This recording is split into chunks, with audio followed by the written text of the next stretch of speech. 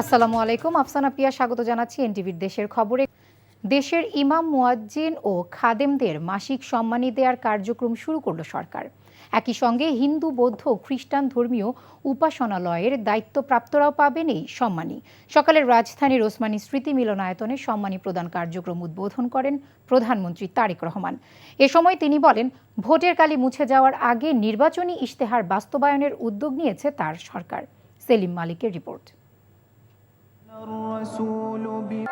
সরকারি হিসেবে দেশে 4 লাখের বেশি মসজিদ রয়েছে। এর মধ্যে পাইলট প্রকল্পের আওতায় 4,908টি মসজিদের ইমাম, মুয়াজ্জিন ও খাদেমদের মাসিক সম্মানী প্রদানের উদ্যোগ নিয়েছে সরকার।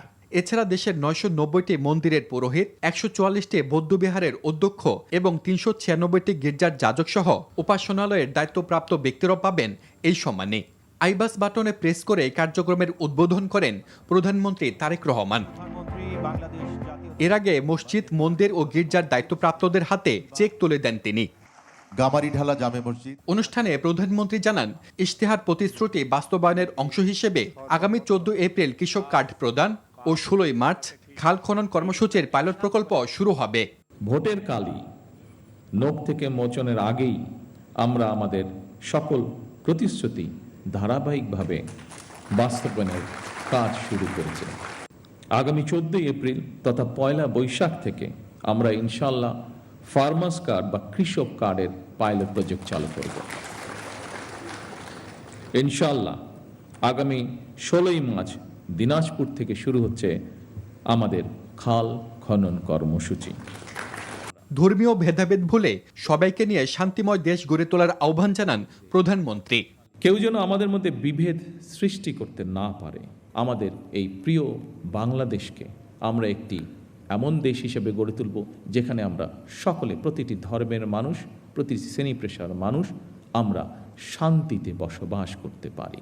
সকলকে একসাথে নিয়ে আমরা যাতে দেশকে গড়ে তুলতে পারি, এই হোক আমাদের শপথ, এই হোক আমাদের প্রত্যাশা।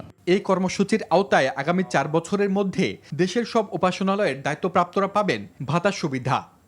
সেলিম মালিক, এনটিভি নিউজ, ঢাকা। ঈদ উল ফিতর উপলক্ষে ঢাকা ছাড়তে শুরু করেছে ঘরমুখো মানুষ। রেলপথে ঈদ যাত্রার দ্বিতীয় দিনেও সকাল থেকেই কমলাপুর রেলওয়ে স্টেশনে যাত্রীদের ভিড় দেখা গেছে। ভোগান্তি এড়াতে সড়কপথেও অনেকেই পরিবার নিয়ে আগেভাগেই বাড়ি ফিরছে। তবে ট্রেনের তুলনায় বাসে যাত্রীর চাপ কম।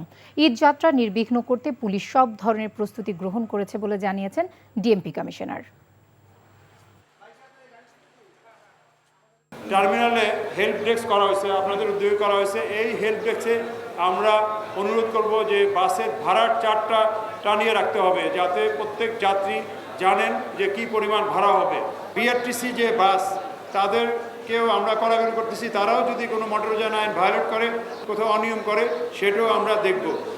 কুমিল্লার মুরাদনগর উপজেলার শ্রীকাইল গ্যাস ক্ষেত্রে 5 নম্বর কূপ উদ্বোধন করেছেন বিদ্যুৎ ও জ্বালানি প্রতিমন্ত্রী অনিন্দ্য ইসলাম অমিত। সকালে উপজেলা শ্রীকাইল মখলিসপুর এলাকায় এই কূপের উদ্বোধন করা হয়। এই কূপ থেকে পরীক্ষামূলক গ্যাস উত্তোলনের মধ্য দিয়ে জাতীয় গ্রিডে প্রতিদিন 8 MMCFD গ্যাস যুক্ত হবে। এর ফলে মুরাদনগরের শ্রীকাইল গ্যাস ক্ষেত্রের 5টি কূপ থেকে এখন প্রতিদিন মোট 17 মিলিয়ন ঘনফুট গ্যাস জাতীয় গ্রিডে সরবরাহ করা হচ্ছে। জাতীয় ডেঙ্গু প্রতিরোধ দিবস উপলক্ষে সারা দেশে র্যালি ও পরিষ্কার পরিচ্ছন্নতা অভিযান শুরু হয়েছে। রাজধানীর বাইরে ডেঙ্গু প্রতিরোধে পরিষ্কার পরিচ্ছন্নতা অভিযান হয়েছে লালমনিরহাটে। সকালে দুর্যোগ ব্যবস্থাপনা ও ত্রাণ মন্ত্রী আসাদুল হাবিব দুলু জেলায় এই কার্যক্রম উদ্বোধন করেন।